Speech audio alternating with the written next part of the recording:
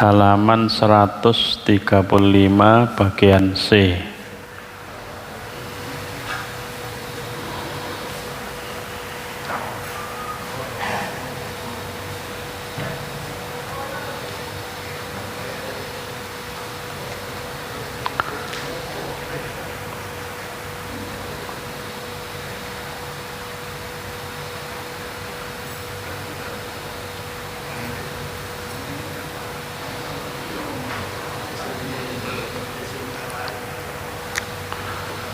Sampun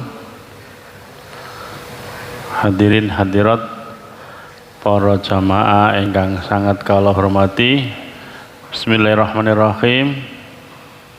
Assalamualaikum warahmatullahi wabarakatuh. Alhamdulillahi rabbil alamin wa bihi nasta'inu ala umurid dunya waddin.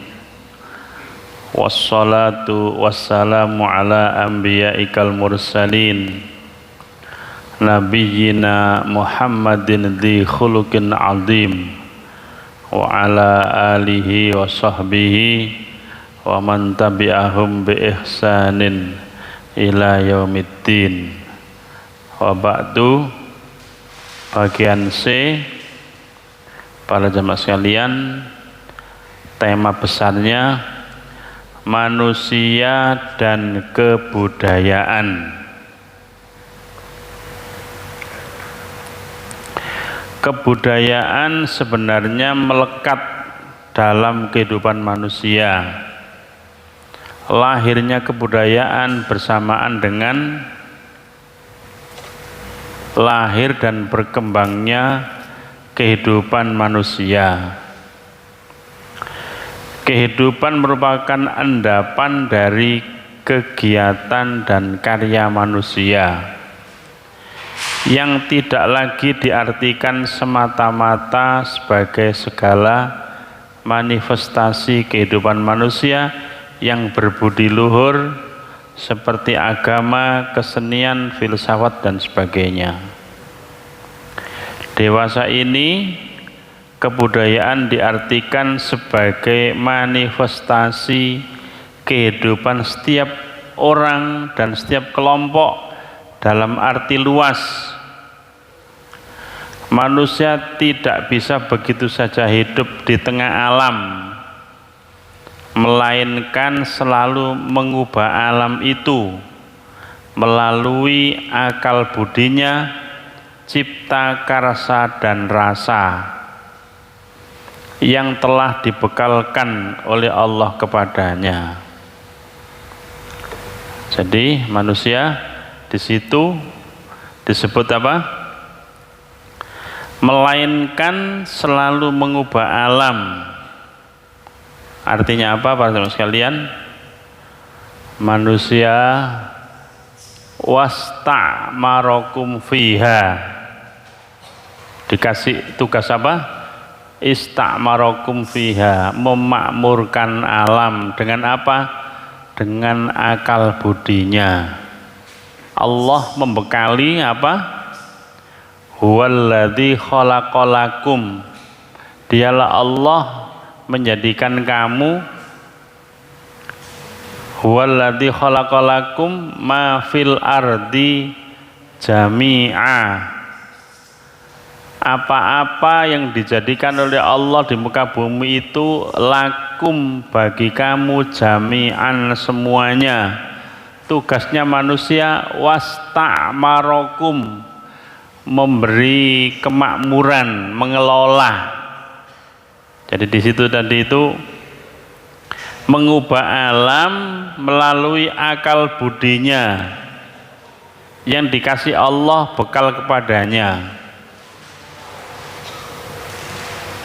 Kalau pakai dalil Quran, apa bahasanya tadi? Manusia wasta'marakum, memakmurkan fiha, di dalam alam itu.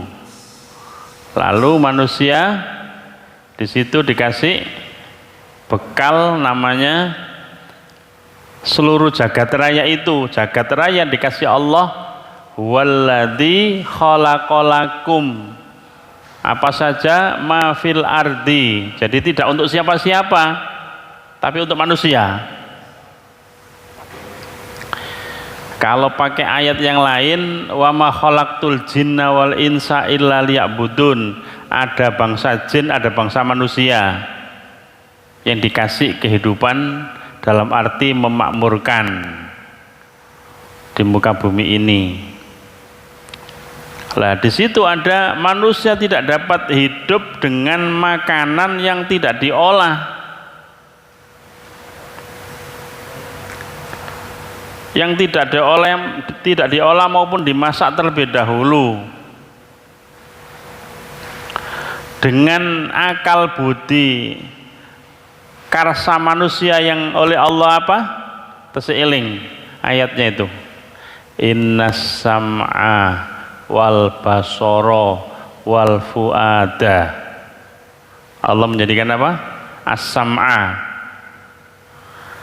Jenengan melalui ilmu itu mengkonfirmasi transfer daripada pengetahuan itu.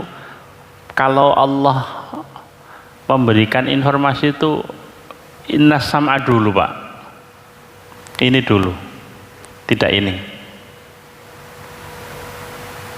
Makanya orang yang tidak bisa mencerna ilmu itu disebut summum bukmun umyun. Jadi wong Gresik napa? Ya tuli, ya kopok, ya picek. Summun umyun. Tuh, enggak bisa mencerna. Orang bisu itu kalau ininya masih kayak ono, pengetahuan enggak bisa. Makanya di situ innas sam'a. Pengetahuan itu datang lewat pendengaran. Innas sam'a. Baru wal basara. Baru wal fuada, dicerna bagaimana hati ini mencerna. Oh iki bener, iki gak bener. Oh nek ngelakoni ngene iki bertentangan sampai hati nurani. Oh begini pas. Oh kalau habis menyakiti orang itu nggak iso tidur, itu hati nih. Lewat apa tadi? Lewat as-sam'a. Pengetahuan itu lewat as-sam'a, ilmu itu lewat as-sam'a, baru lewat penglihatan. Di situ manusia mengubah yang dikasihkan oleh Allah lewat alam tadi itu, kreasinya menjadi budayanya. Setiap hari manusia dikasih wewenang, kewenangannya. Saya ulangi, manusia tidak dapat hidup dengan makanan yang tidak diolah maupun dimasak terlebih dahulu. Maksud saya, melalui penglihatan, pendengaran, ilmu tadi, manusia bisa merubah. Dan itu dikasih Allah bekal. Pakaian dan tempat tinggalnya tidak sekedar sebagai alat penahan terpaan cuaca seperti layaknya bulu dan sarang bagi binatang. Pakaian dan papan bisa bermakna keindahan dan kenyamanan, estetis dan etis. Oleh karena itu, pengertian kebudayaan meliputi segala perbuatan manusia dan bersifat dinamis, bukan statis. Nah, kayak napa niku? Yang ingat tahun 50-an celonoi komprang ningsor nggih. Yang tahun 50-an celonoi komprang nisor ombo, levis menisor apa? Ombo nisor 70-an itu. Tahun 70-an itu levise jadi ndukure cilik, nisore ombo. Terus berkembang. Jadi tidak statis. Itu namanya kebudayaan yang dijalani oleh manusia melalui akal budi karsa rasa tadi itu. Nah, tidak sekedar itu, tapi memperindah. Nek memperindah jenengan pakai dalil apa? Khudu, ambillah apa? Zinatakum, hiasan kamu inda kulli masjidin. Jenengan pakai dalil, ambillah perhiasan pakaian kamu itu, artinya kamu itu berhias masuk masjid, itu tidak sekedar yang disebut sebagai pakaian, tapi pakaiannya pakaian yang indah, dan itu dari karsa rasa akal budi manusia. Kalau tanpa itu sebenarnya sah. Wong aurate wong lanang ku mek pusar sampai dengkul, ayo, aurate orang laki-laki itu pusar sampai lutut, itu kalau tertutupi sudah sah sholatnya. Tapi karena karsa rasa akal budi manusia yang berbudaya tinggi, dengan pengetahuan, dengan penglihatan, ia bisa beradaptasi, tidak statis. Oh, kelambi sing apik iku menungso iku gak koyok sekedar nutup, tapi ditutup dengan oh modeling ini. Tahun sakmene iku model koyo ngene. Biyen uga ana baju takwa iku istilahnya, gak ana. Oh, tahun 90-an disebut baju takwa. Istilah itu muncul kenapa? Karena karsa akal budi manusia tadi itu. Itulah manusia disebut berbudaya. Tipe minimalis. Ono tabian oma tipe minimalis. Ka ono. Sing penting biyen niku kanan kiri ngene, Bu. Pak. Sret. Talange ku gua rene wong Pak nyene tanah ombo biyen. Saiki ngepres kabeh, talang jero kabeh, minimalis. Ngarepe yo ngono. Kaudan kepanasan tapi apik. Akhirnya kreasinya wes saiki ono kanopi, yo itu karena akal karsa manusia yang berbudaya, dan itu dihargai, Bapak Ibu sekalian. Makanya jenengan bicara soal apa, soal fikih sama soal budaya, kadang-kadang ada yang tidak mau menerima. Contoh ini contoh behel gigi ya, ibu-ibu hafal. Nek fikih sampean iki gak menghargai ciptaan Allah ngono. Nek fikih ngerubah sampean iki sing asale potensi giginya masing-masing orang itu punya potensi napa medu niku rongos. Ngapunten, ada potensi rongos, mari ngono dikonsultasi nang spesialis gigi. Iki harus dikonservasi dengan ilmu orto. Muncul kreasinya manusia. Jirine fikine sing tok leng mau bertentangan dengan ciptaan manusia, nggak boleh. Haram mengubah ciptaan Allah gitu. Bareng muncul kreasinya manusia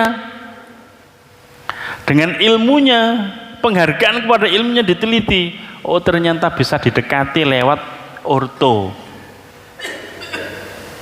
Itu berbudaya namanya, bukan ngerubah. Karena ada ilmu yang dimana ilmu tadi dikembangkan. Ini coba kalau nggak begitu, oh tidak terasa indah. Ternyata diteliti ini bisa kalau usianya tidak terlalu tua, misalnya. Kalau sudah tua sulit. Hal-hal yang begitu itu disebut berbudaya karena menghargai akal yang disebut sebagai ilmu. Nonton. Dan lain-lain. Jadi kalau bicara soal fikih kadang-kadang ngomongnya begitu, oh nggak bisa, itu sama dengan merubah ciptaan Allah itu. Gitu. Tapi kalau bicara soal berbudaya, berakal, menghargai akal dengan ilmunya, ngomong apa? Oh ini tapi bisa ada syarat. Kalau usia, apalagi usia masih kanak-kanak, masih SD SMP, mahasiswa, insya Allah masih bisa. Tapi sekian bulan, gitu. Jadi para jemaah sekalian, hakikatnya manusia itu berbudaya dengan kreasi masing-masing. Tadi dinamakan apa? Dinamis, selalu berubah-ubah. Selama apa? Selama tidak bertentangan dengan kaidah hukum Islam, menabrak syariat Islam. Selama tidak menabrak, maka mengembangkan aspek kebudayaan yang ada pada diri manusia kapan saja boleh. Yang paling gampang kita lihat tadi, pakaian, makanan. Nggih. Jenengan biyen ono ta chicken ngono kok ono. Biyen gak ono hamburger gak ono. Karena kreasinya, oh saiki apa ngendek nom-nom ngendek cilik-cilik ono jenenge. Masya Allah, sing cilok, sing pot sireng, lho padha wae. Tapi bagi mereka yang lain, dikelola dengan kreasinya, kemudian laku, menjadi ada daya tariknya. Nah, inilah para jamaah sekalian, manusia itu namanya berbudaya. Berangkat dari apa? Dari innas sam'a wal basara wal fuada. Nah, kalau dikaitkan dengan keharaman, nah itu namanya kullu, semuanya itu ulaika kana anhu mas'ula, nanti dimintai pertanggungjawaban jawab. Sekalipun kreasi itu dikasih kebebasan, selama kebebasan tadi itu tidak melanggar hukum Allah, tidak masalah. Tapi kalau melanggar hukum Allah, berhadapan dengan kullu, semuanya itu kana anhu mas'ula, nanti dimintai Allah pertanggungan jawab. Itu para jemaah sekalian. Jadi bukan kata benda. Nah, di situ ada bersifat dinamis, bukan statis, bukan lagi kata benda, kata kerja, tetapi kata kerja. Sedangkan yang bersifat benda atau materi adalah hasil kebudayaan. Tetapi kadangkala dalam penyebutan sehari-hari kata-kata ini, kata-kata hasil dihilangkan. Konsep kebudayaan telah diperluas termasuk peradaban dan kesenian.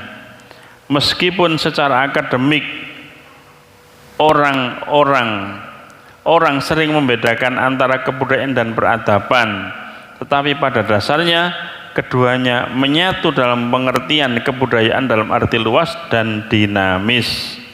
Demikian juga tentang kesenian.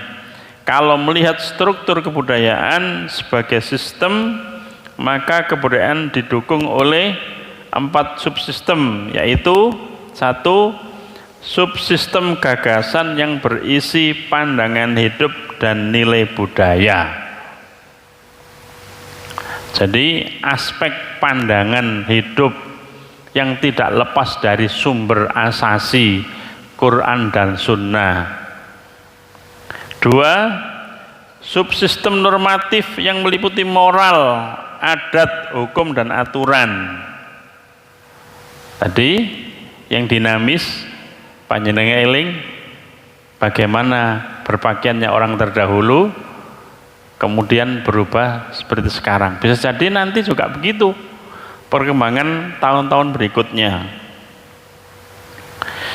Kemudian 3, sistem kelakuan yang berisi sikap, tingkah laku dan keputusan. Jadi itu kalau dilihat kepada agama tetap kepada bagaimana akhlak, karena budaya itu berhadapan dengan akhlak, bukan berhadapan dengan fikih. Ampunten, ya. Berhadapan dengan akhlak. Kemudian yang keempat, subsistem hasil kebudayaan, hasil dari keempat-empatnya tadi itu. Pengertian kebudayaan mengacu pada subsistem 1 dan 2, sedangkan peradaban adalah mengacu kepada subsistem 4, 3 dan 4. Kebudayaan merupakan aspirasi, maka peradaban adalah realisasi aktualisasinya.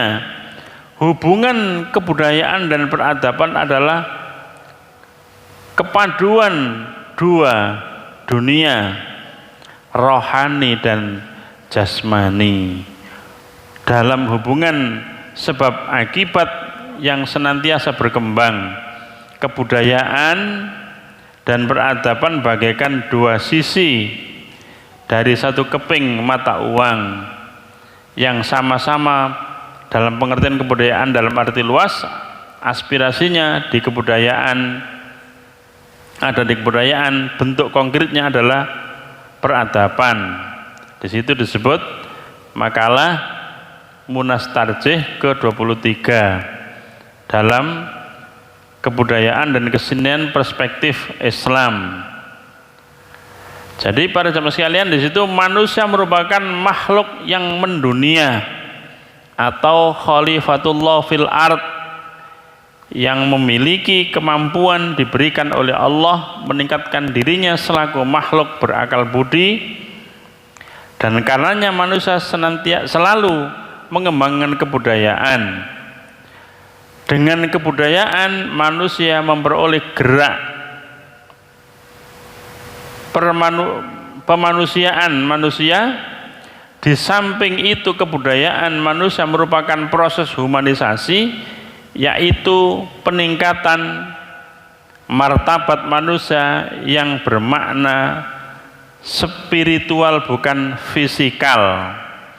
Kebudayaan adalah khas manusia, ia pelaku aktif kebudayaan. Manusia menjalankan kegiatannya untuk mencapai semua bernilai baginya, dan dengan demikian tugas kemanusiaannya menjadi lebih nyata. Ketemu semua. Di situ dikasih penjelasan yang sangat luas terkait dengan manusia sebagai pemakmur. Ada namanya spiritual bukan fisikal. Ya napa niku? Spiritual bukan fisikal, maksudnya ekspresi daripada budaya itu hakikatnya kalau orang Islam itu menampakkan diri, ini loh aslinya, kalau saya Islam itu begini ini.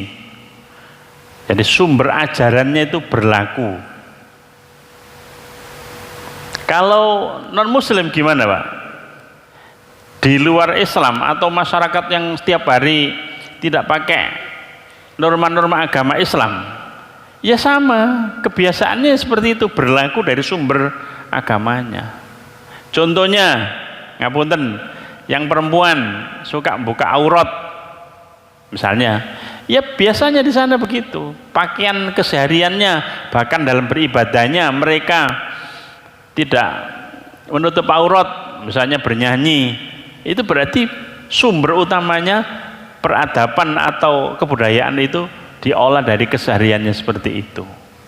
Nah kita di lingkungan yang muslim, orang yang beragama Islam, pakai sumber utama berbudaya itu sumbernya adalah dalam arti di situ ada kitab-kitab Allah, sunnah Rasulullah. Jadi tadi kalau bahasa saya, wong lanang apa tadi?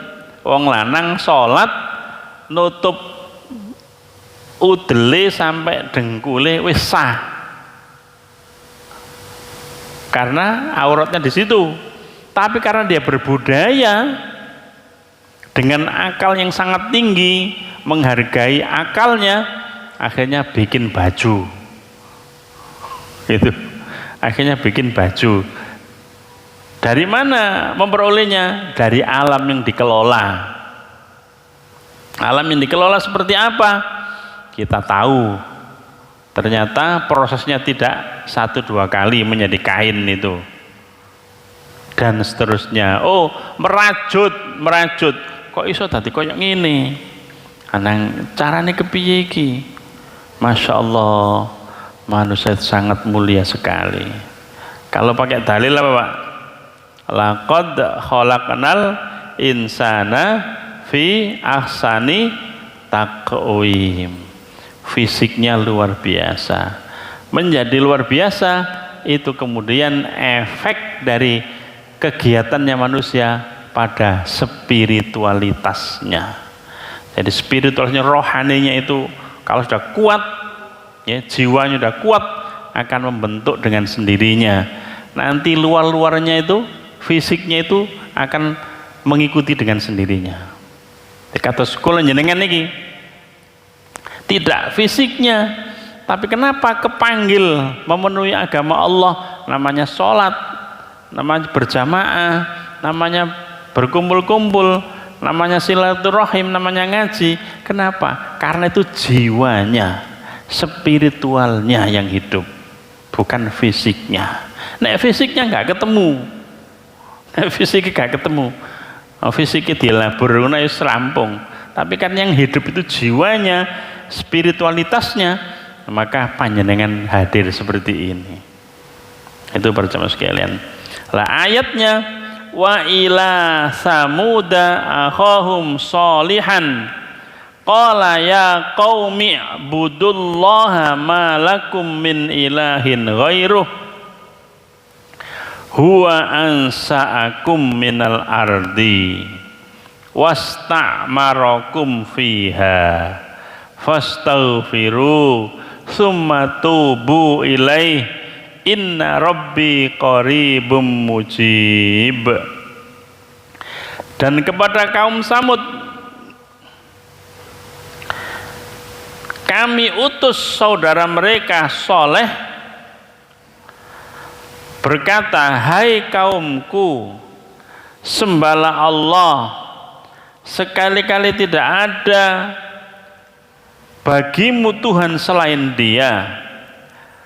Dia telah menciptakan kamu dari bumi atau dari tanah dan menjadikan kamu pemakmurannya. Karena itu mohonlah ampunan kepadanya, kemudian bertaubatlah kepadanya. Sesungguhnya Tuhanku amat dekat rahmatnya, lagi memperkenan doa hambanya. Temanya adalah tema tentang apa? Ansa'akum minal ardi wasta'marakum fiha. Kemudian ditambah fastaghfiru thumma tubu ilaihi inna rabbi qaribum mujib. Kenapa fastaghfiru? Pak, Bu, kenapa fastaghfiru? Ayo, di situ dulu ada. Kamu itu diberikan oleh Allah kebebasan untuk istamarakum fiha, memakmurkannya. Terus perintahnya fastaghfiru tsumma tubu. Kenapa? Dikongkon istighfar, dikongkon taubat. Ayo. Kenapa? Karena manusia itu kadang-kadang melampaui batas. Dikongkon sak langkah melaku telung langkah, dikongkon sak terukure ternyata melampaui batas, akhirnya membuat kesalahan-kesalahan. Nah, kesalahannya itu ditempuh taubato, istighfaro. Allah Maha menerima taubat, Allah menerima istighfar, Allah memperkenan doa-doa hambanya. Lah, kesalahannya manusia itu kenapa? Ngapunten. Kesalahannya manusia itu hal yang manusiawi, tapi bukan kesalahan yang dalam artian apa? Terus menerus. Kenapa terus menerus nih? Ayo. Terus menerus kenapa contohnya Bu? Pak. Korupsi. Di daerah korupsi, di wilayah korupsi, di pusat korupsi. Bukan itu. Jadi melakukan kesalahan lalu segera balik arah, yang dimaksud itu begitu. Jadi bukan yang terus menerus. Lah biasanya yang terus menerus itu mesti nanti tidak ada maaf. Kalau sudah tidak ada maaf, hablum minannasnya ya rusak, hablum minallahnya tertunda. Tertunda gimana? Diperkenankan hajat-hajatnya itu ditunda sampai betul-betul taubatnya diterima. Itu sing terus menerus. Nah nek sak munculan tek sampeyan niku salah, sampeyan niku dielingno ambek Allah, saiki ana teguran, lalu balik arah, tubu taubatan nasuha, lah itu aman. Dalilin apa ya dalilnya? Al insan mahal khata wan nisyan, menungso iku pancene ana salah, ana lupa, tapi gak dilakoni terus menerus. Sing terus menerus mesti engko balike lara. Itu si A sudah mengingatkan, si B sudah mengingatkan, tapi nggak dihiraukan. Lah akhirnya nanti jatuh itu hukumannya Allah, itu luar biasa, dihukum gak karu-karuan. Ini yang terkait dengan fastaghfiru tsumma tubu. Nah wonten ta kisah sing asli, kisah sing asli ngapunten. Ayo Nabi Adam. Kenapa Nabi Adam? Wala taqraba hadis sajaro fatakuna minat dolimin. Kenapa Nabi Adam? Nabi Adam kenapa? Jirine iblis gak popo titik ayo kakek-kakek. Akhirnya Rabbana dzalamna anfusana wa illam taghfir lana wa tarhamna lanakunanna minal khasirin. Fataba alaih, taubatnya Nabi Adam diterima, rampung, nggak melakukan kesalahan lagi. Siapa lagi? Nabi Yusuf. Nabi Yusuf ambek Zulaikha kayak apa? Nabi Yusuf ambek Zulaikha. Bu, ngerti kisah ibu? Jenengan ibu-ibu ini apa lagi? Kisah Zulaikha ambek Nabi Yusuf. Kenapa Bu? Nabi Yusuf gantenge sak ganteng-gantenge wong sak donya. Nggih. Ibu-ibu protes kenapa? Kerasan-rasane ibu kenapa? Rasan-rasane ibu-ibu. Zulaikha dirasani apa? Dasar Zulaikha, wah macam-macam.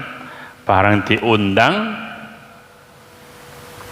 Nabi Yusuf kongkon lewat, nggih, dikongkon lewat. Lah, iki duduk menungso iki malaikat. Dicekeli apa Bu? Dicekeli pisau, ambek dicekeli buah. Ini Bu. Akhirnya tangannya kairis kabeh ndelok gantenge Nabi Yusuf. Ini kabeh, getin kabeh tangannya. Asal muasalian apa? Zulaikha pancene Opong. Zulaikha nang jero kamar ambek Nabi Yusuf. Kenapa? Bu, ini kisah-kisah ini ibu-ibu sing luwih apal. Pole sing ngejak ibu-ibu.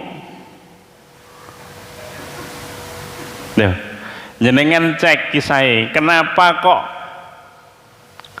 bajunya Nabi Yusuf yang robek belakang? Ayo, kenapa?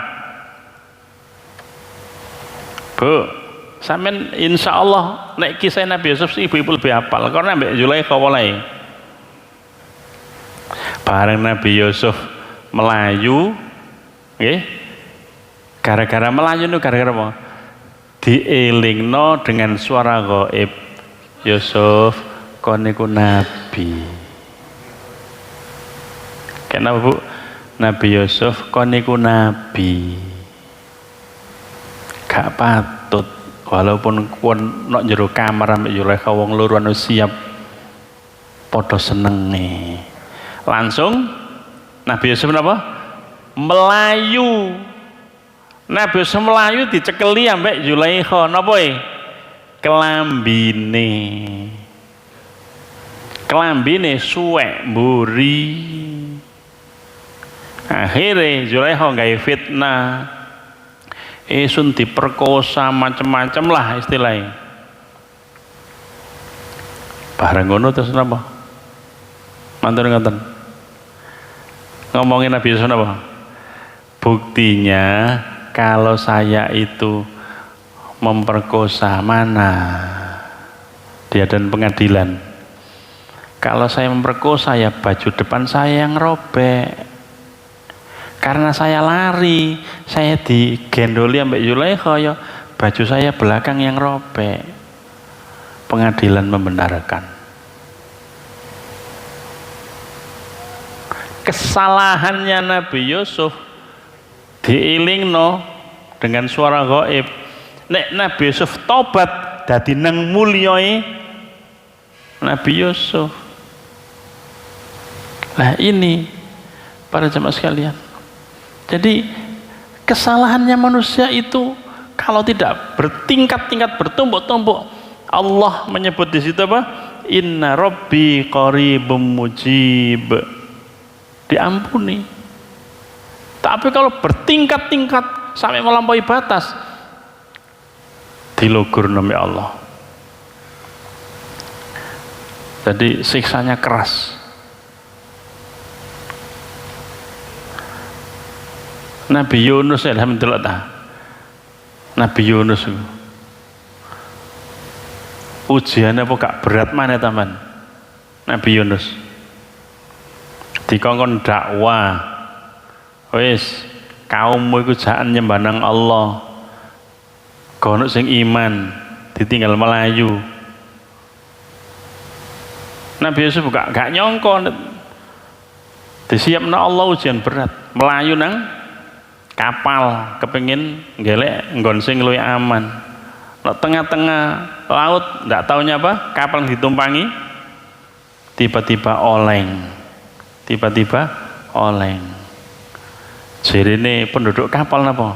Iki mesti ana wong pelarian ya. Enggak mungkin ini. Enggak mungkin biasa saja, mesti ada yang pelarian. Terus jalan keluarnya gimana? Diundi, dikurangi. Ini muatannya sudah sangat penuh, dikurangi, diundi. Yang jatuh undian disebarkan ke laut, setuju.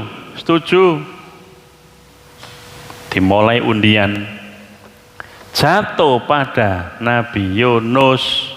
Gak percaya Nabi kok pelarian, gak mungkin. Diulangi mana? Jatuh Nabi Yunus lagi. Dalam riwayat sampai 3 kali baru percaya penduduk kapal itu. Akhirnya dilemparkan ke laut.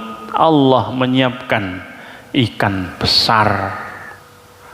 Ikan besar itu menyiapkan, membuka mulutnya, disimpan Allah dalam perut ikan. Dalam perut ikan diabadikan oleh Allah apa? wa dhannun idzahaba lari. Ingatlah ketika Nabi Yunus lari dari kaumnya, idzahaba mughadiban, marah karena nggak ada yang mau beriman. Fanada fid dulumat, kegelapan dalam ikan, perut ikan. La ilaha illa anta subhanaka inni kuntu minadh dhalimin. Dalam riwayat 40 hari simpan dalam perut ikan. Makanya ada pertanyaan kepada Sayyidina Ali, orang-orang yang hebat itu tanya gini, Sayyidina Ali, kalau kamu bisa jawab saya masuk Islam. Apa pertanyaannya apa? Kuburan siapa yang berjalan-jalan? Sayyidina Ali karena cerdas, karena pandai, kuburan yang berjalan-jalan adalah kuburannya Nabi Yunus. Karena Nabi Yunus dibawa ikan morak-marik kemana-mana. Kata orang yang tanya, benar engkau benar. Nah, di dalam Quran diceritakan begini, falaula annahu kana minal musabbihin, andaikan Nabi Yunus tidak bertasbih, lalabisa fi batnihi ila yaumi yub'atsun, saya simpan dalam perut ikan ila yaumi yub'atsun, sampai hari kiamat.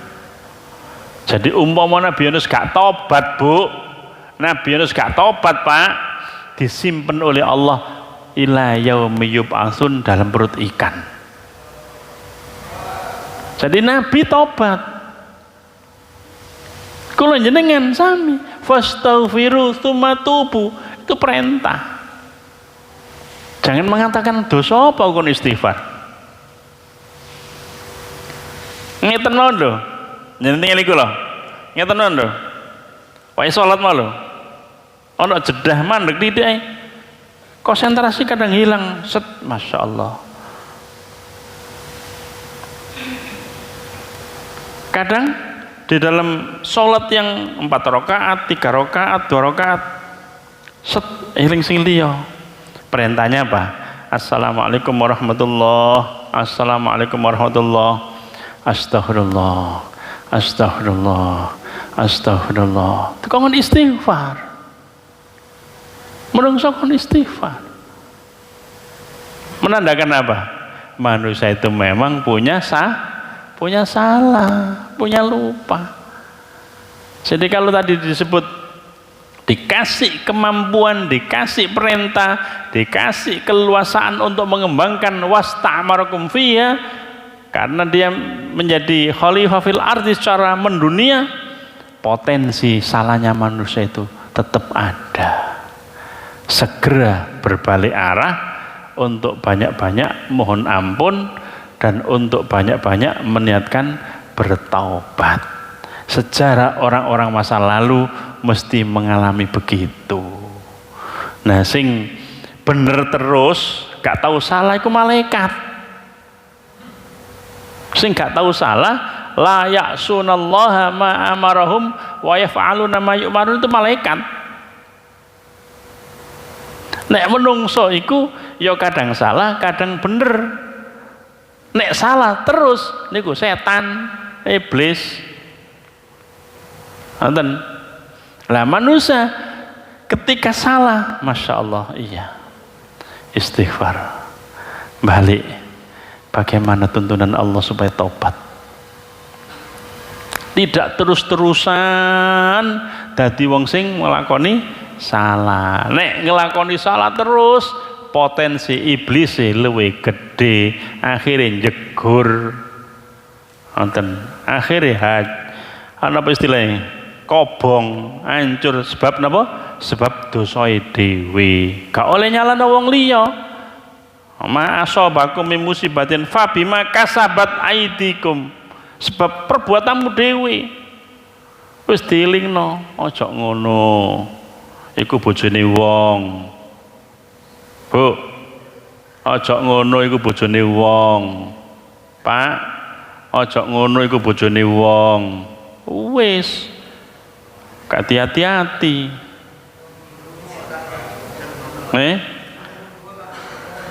Akhirnya lho kan ya siko oleh-oleh itu.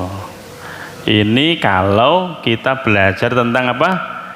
Kita mengakui kita ini yo salah, kita ini ya dosa, tapi tidak boleh terus-terusan. Titik. Sampean bener ta? Langsung balik, ya Allah, istighfar. Iya, aku salah. Iya, aku dosa. Langsung berbalik arah dengan apa? Bertaubat. Itu para jamaah sekalian. Jadi manusia dikasih kewenangan apa? Manusia dikasih kewenangan apa, Pak?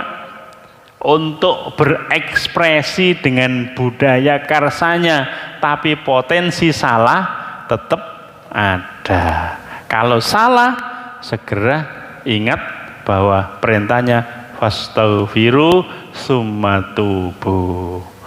Mekaten ingkang saged kula aturaken, kita berdoa insyaallah yang ikut ngaji ini barokah umurnya, barokah rizkinya, barokah rumah tangganya, kabul cita-citanya, dipertemukan dengan bulan suci Ramadan tahun-tahun yang akan datang. Amin Allahumma amin. Hasbunallah wa ni'mal wakil, ni'mal maula wa ni'man nasir, la haula wa la quwata illa billahil aliyyil azim. Wa sallallahu ala nabiyyina Muhammadin wa ala alihi washabihi ajmain walhamdulillahi rabbil alamin. Assalamualaikum warahmatullahi wabarakatuh.